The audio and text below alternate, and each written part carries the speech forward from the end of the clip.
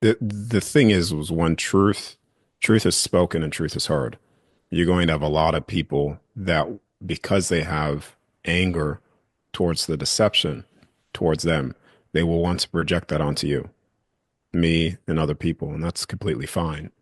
But understand this: when you die and you leave this place, you will see it all again.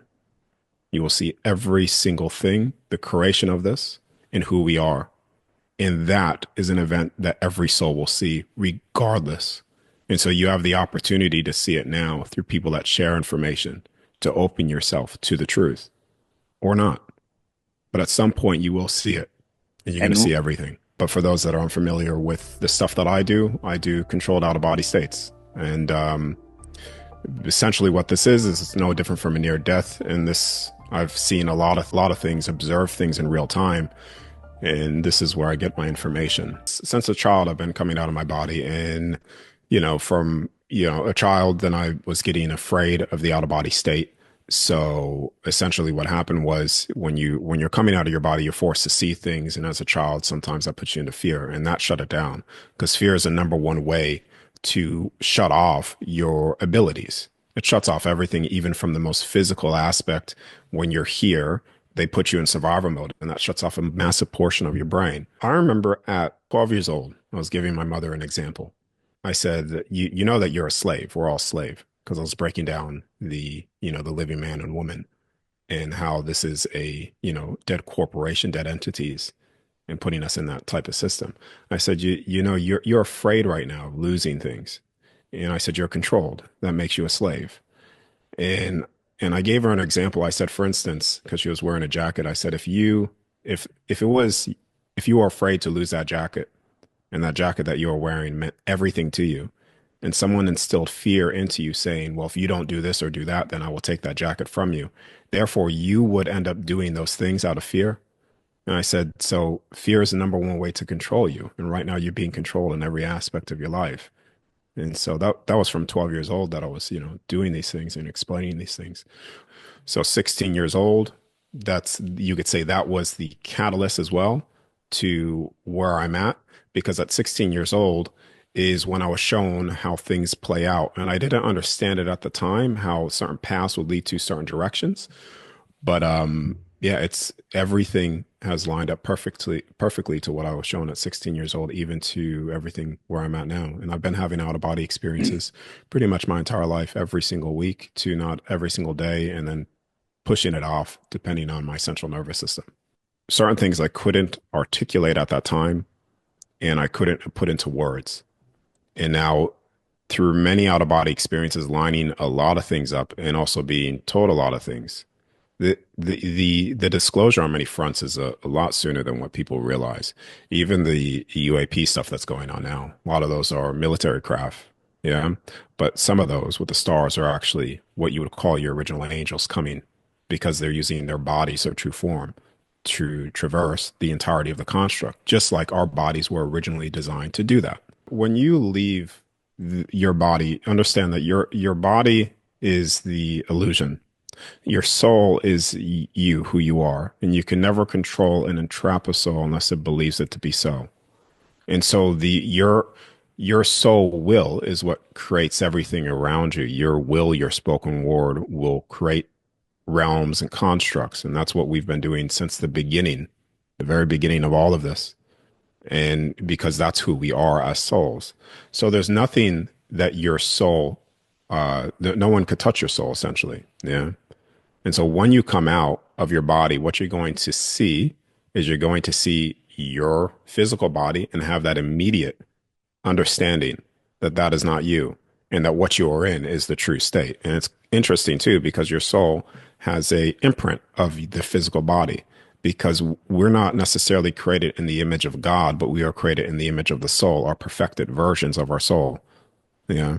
And this is why you'll find all throughout history, a lot of people look the same. All throughout history, they look the same. People that have come back here, or even on the other side. mm, Because even though they could change the way they look and change the way that they want to look with a thought, there is a perfected state, you could say, that you choose, that you self manifest yourself a lot of the time.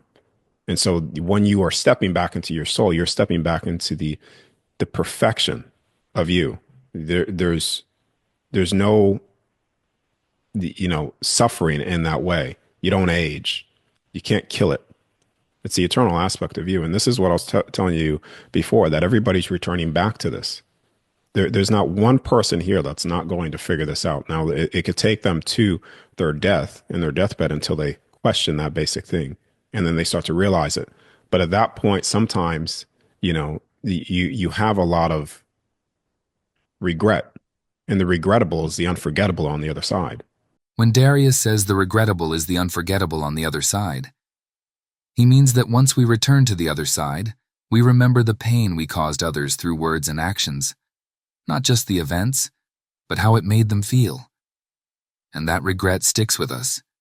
Even though others will forgive you, you still carry the weight of what you did. Just like the unforgivable sin is a sin that you can't forgive yourself for, because once you're there, you are the ultimate judger of yourself. And so the things that you do here matter. Everything that you do here matters to, not that someone's going to judge you, but it matters for you. And that's very important, because once you start understanding this, and that this particular construct that we're in, this universe, is the center of creation of itself, that means that you are intelligently designed and there's a purpose for you. And when you realize this, you will start walking in integrity, in the true state of love, to the best of your ability to share a message and improve everything around you. And they want to put you in fear. They want to instill fear in you, instill stress in you, because they want to shut off your abilities. All these do is shut off your abilities. It's even proven when you're in stress, it kills the body, versus love, it does not.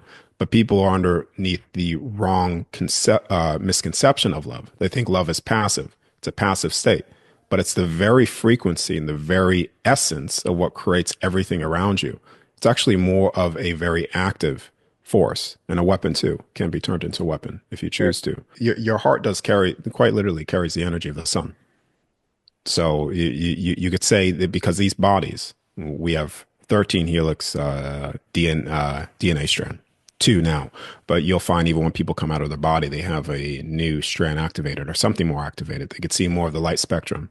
Scientifically, they measure 13-dimensional structures in the brain, and your heart is literally connecting to all of the stargates, which are suns. You could say through the 12 realms, 13 realms, we have 12 or 13 suns, or 12 or 13 heavens. And your heart, acting as a toroidal field, has access to this as well. It holds the same potential and same capacity, because the sun is in a gassy ball in space. The sun is literally just bridging light. It's just creating light through bridging the multiple, we could say, heavens above in the multiple dimensions. And it's birthing that light into creation, no different from us. We are the creators of light. And it's not until you think of something, you start birthing light into creation. So everything, the power within us is immense, man. Because even when you're there too, on the other side, everything is instant. So when you think of something, it's instantly there for you, because there's no limitation on your soul. And you can't have ultimate expression of freedom with a limitation. And so your soul is not limited. What we're experiencing here, you could say the freezing of time, in a sense. I mean, I could probably use a better word, but I could probably use a better word than that. But your time is not linear. It's past, present, and potential futures. And you could say that we are stuck in time. And so therefore, what happens when you're stuck in time is what you think of. So what you think of automatically it's in the field, it's in the ether, it's in the energetic field. And it's already self-creating itself. And you could see this when you're out of your body. So as soon as you come out of your body, you could see the thoughts that you had instantly in front of you.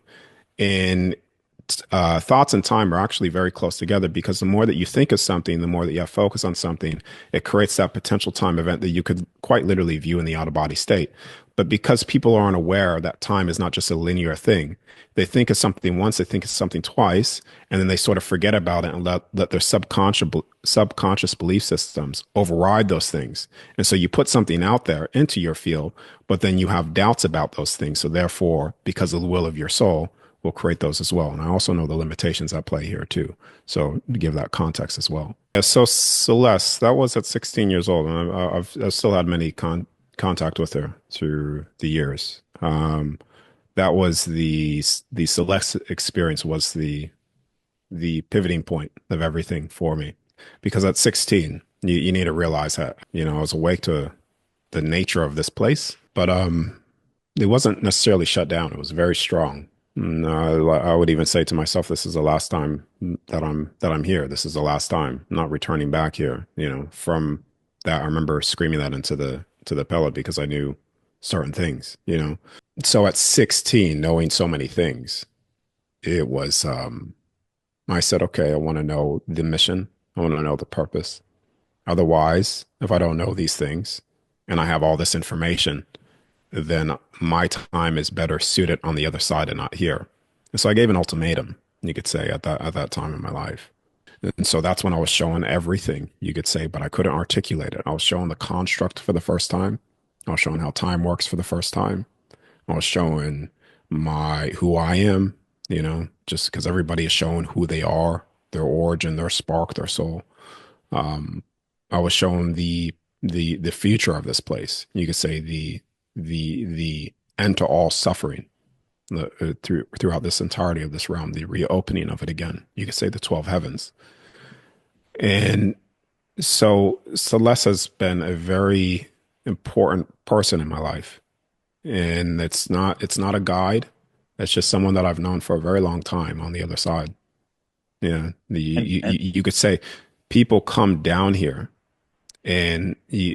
so people come down here. Let's just say soul families come down here into this realm, but not all of them come with you because you still have some people on the other side working with you. And if you're attuned to it and you're accustomed to it, you could tune into this and you could feel it. And so, because there's a lot of people have such a big mission to do, and they've forsaken that mission because they've shut off their connection to the other side. They think that that is not real, and they're so hyper focused here. When you remember your true home, everything starts to come within you again. That's just not airy fairy or fluffy. It literally does because you remember. Well, if that's where I return to, then what is the point of me coming here? Why did I leave my station? You could say in the heavens, because we all come from, even from outside of this construct, our true nature. Why do we leave our stations to come here? There's a reason for that. And when you realize that reason and you question that reason, then you could start stepping into, well, why, what are you supposed to do?